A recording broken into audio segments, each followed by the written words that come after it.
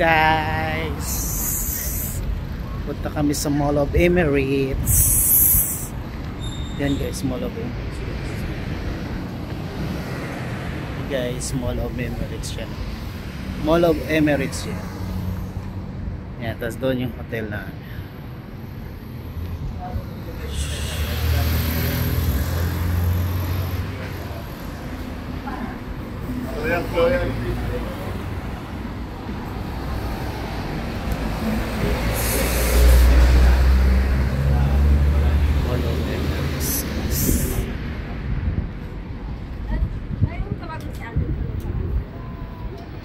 And guys, Mall of Emirates.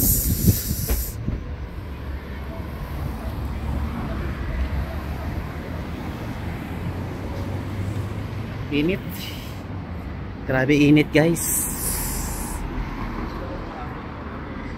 Init. Init na init guys. Mainit.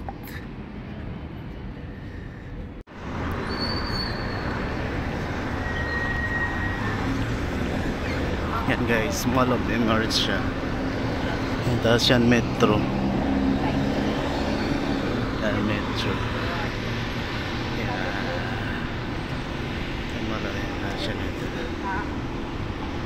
Yan guys, malaki na siya.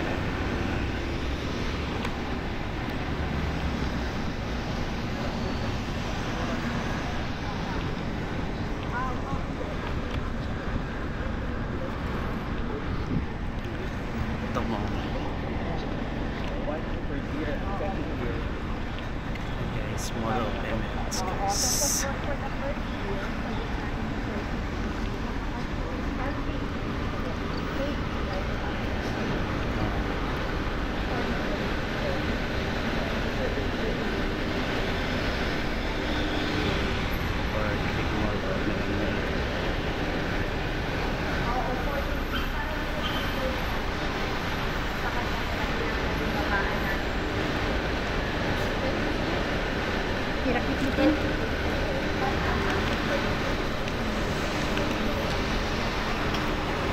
One kilo na to bet.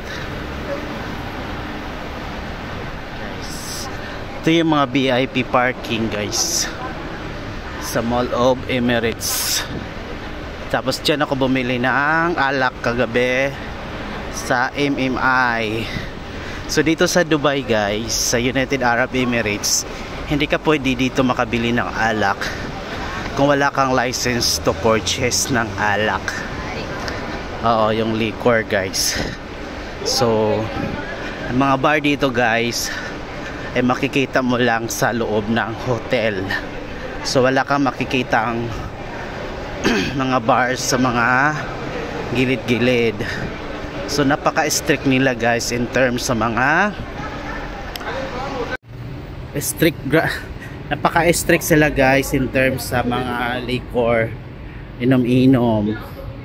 So wala kang makitang mga bar sa along the street. So ang mga bar clubs ay makikita lang sa mga sa mga hotel. Tapos hindi ka basta-basta makabili ng alak dito sa Dubai or sa United Arab of Emirates kasi nga bawal. So, kailangan mo pa ng license to purchase bago ka makabili. Pero in fairness guys, napakamura yung alak nila dito compare sa atin. Kaya yung krimen dito ay wala kang makikitang mataas na krimen dito kasi nga kontrolado nila lahat. Yan. Kami sa Mall of Emirates. Yan. Nakapasok na kami dito sa Mall of Emirates guys. Napaka lamig, maganda ang lugar, malaki. Yan. Saka dito sa Dubai guys, sa UAE, halos lahat ng sulok ng UAE ay may makikita kang mga Pinoy. Yan, halos second country na ito ng Pilipinas. Yan. Yan.